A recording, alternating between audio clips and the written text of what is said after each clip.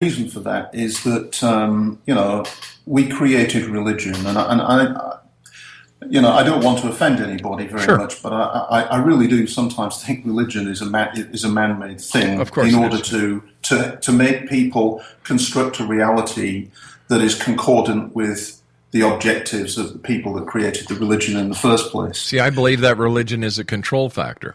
It's a control, absolutely. It's a control in the matrix, Yeah. and the same as politics and many other things. It's for the sleepers. The sleepers get obsessed with politics. They get obsessed with their religion, and this is why people will. I mean, who in their right mind would believe that blowing up 20 other people is what God wants, and that they will get rewarded by 25 sex with 25 virgins in heaven for perpetuity? I mean, it doesn't make any sense whatsoever. It's obviously a man that created that, not a God. And I think that, the vast majority of people just simply forget to observe. You get sucked into this life. It's so tough. You need to keep your job. You need to make your money. You need to raise your kids.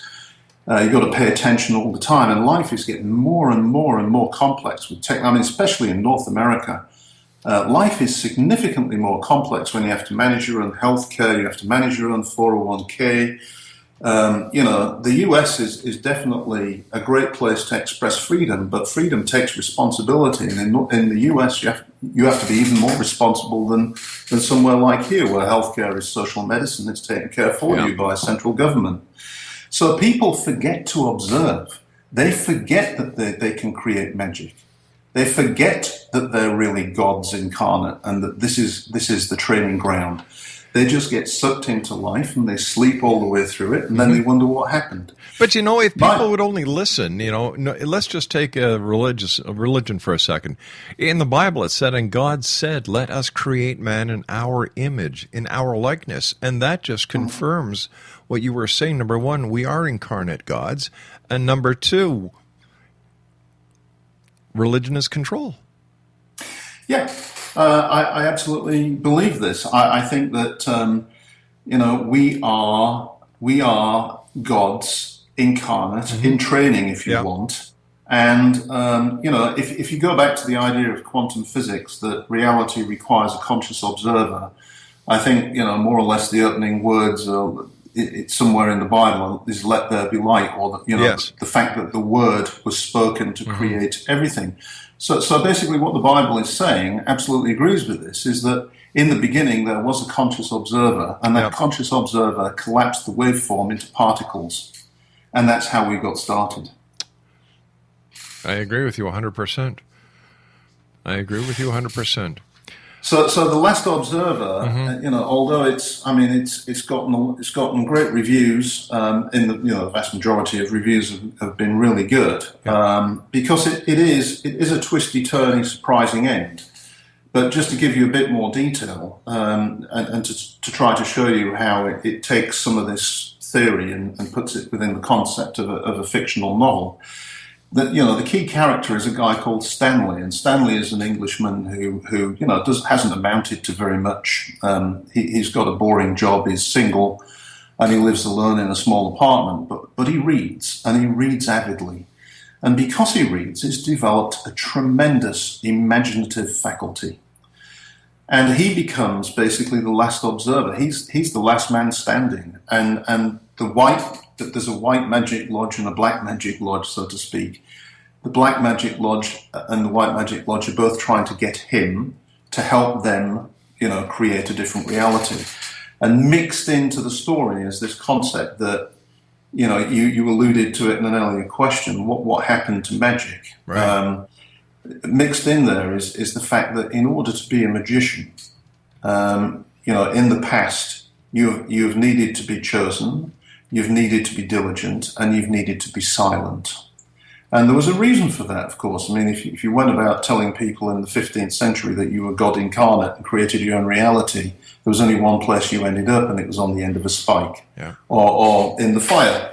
So, there was a reason for this. And as time has gone by, things have gotten better, so that now there's a whole resurgence in New Age thought, some of which is absolute nonsense, of course, but a lot of it is really saying the same thing. I mean, if you take The Secret and all of that sort of genre of writings, and if you take Castaneda's writings and all that sort of shamanic stuff, and you compare that with more or less traditional Western Hermetic thinking, they all essentially say the same thing. The universe is mental. Your perception of reality is basically mental, that the universe is inside your head, it's not outside. And from the day you're born to the day you break free, you are constantly told what reality should be, so that you live that reality. And in all occult training, know thyself is the mantra. You have to basically start to understand yourself, explore yourself. And when you explore yourself, when you look inside who you are and you allow that to come out, you start to realize you're living to some set of rules that just don't make any sense whatsoever. They're simply designed to keep you under control. And, as I say, most people forget to observe. They forget to look up. They forget to look around them. They forget to ask the questions. They just take it for granted. There's all kinds of... I listened to one of your shows, and you were talking about how conspiracy theories are getting more and more sort of, bizarre. Yes. And I think there's a whole universe of people out there that in their reality, conspiracy is real. Oh, I know, yeah. In my reality, it's conspiracy. It's nonsense, because logic dictates that, the simplest explanation is probably the most likeliest. I agree. That's my reality. Yeah. I'm creating my internal reality and externalizing it, and they're creating their reality and externalizing it. And of course, those ripples that we talked about, the interference is when we both get on Facebook and start arguing about whether,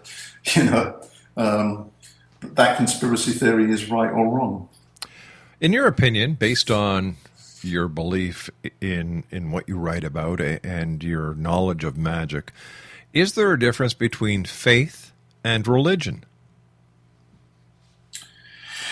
Absolutely. To me, religion is a set of rules or a set of practices that are taught to you by someone who suggests that they have superior knowledge about God or what God wants than you do. And to me, that's a form of control.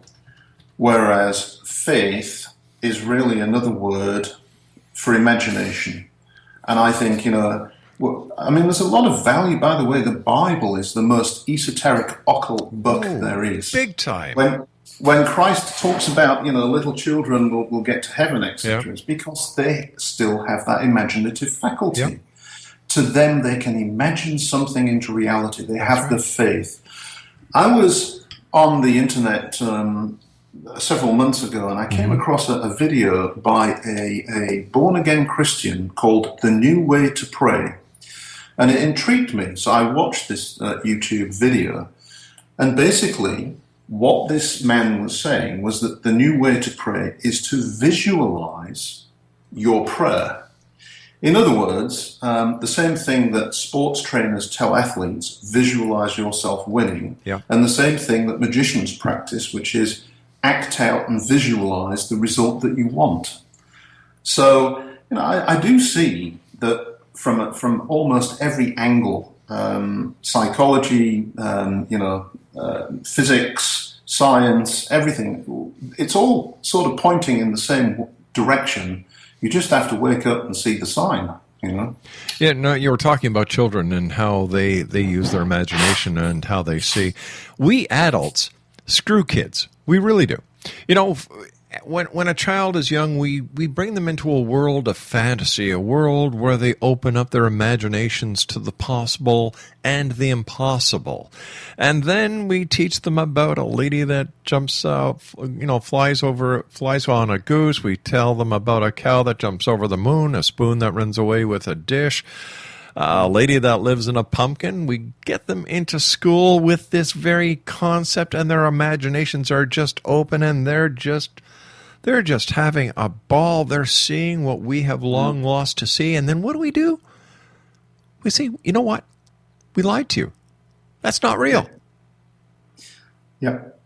I agree with you, and you know, a lot of the myth that children are taught actually, you know, holds a lot of intrinsic value. Yes. A lot of myth. In fact, sitting in front of me is a book by Bob Stewart called "Where is St. George?"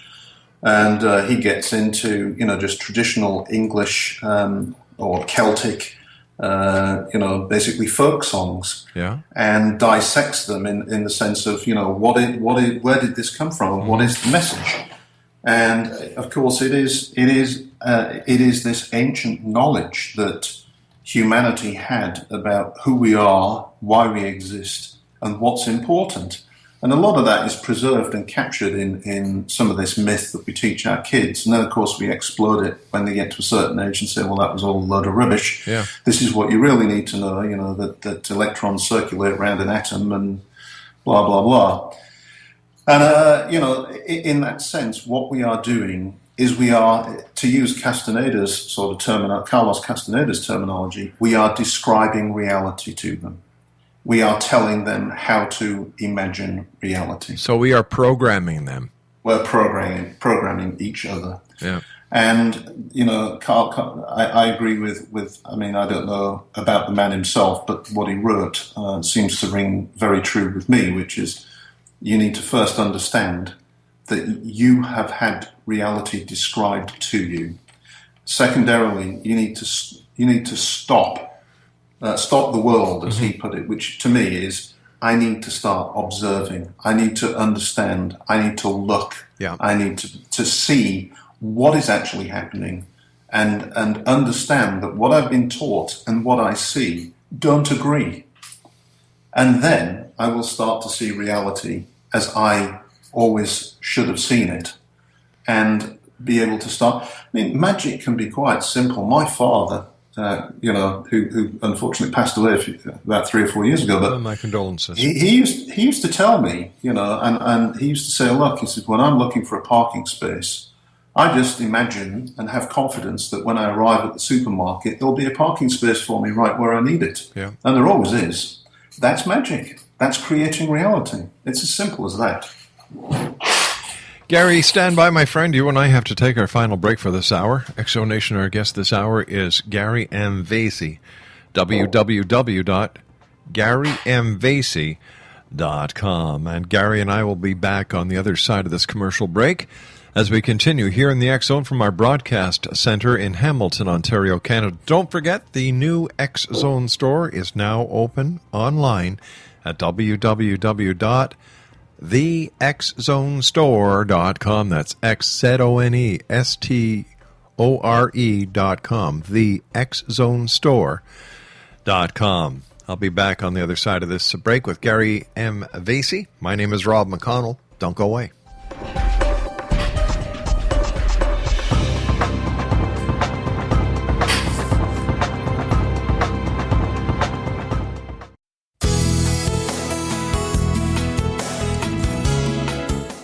With each new extreme weather event or terrorist act, it becomes increasingly obvious that we live in uncertain and challenging times.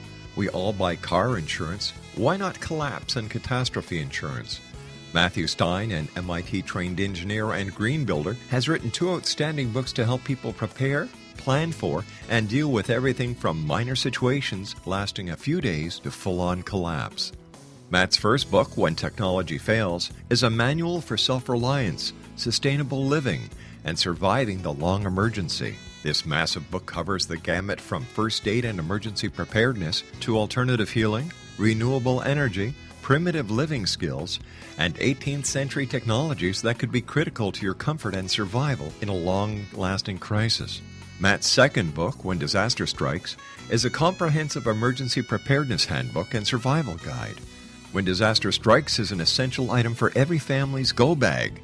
Both books are available at all usual sources.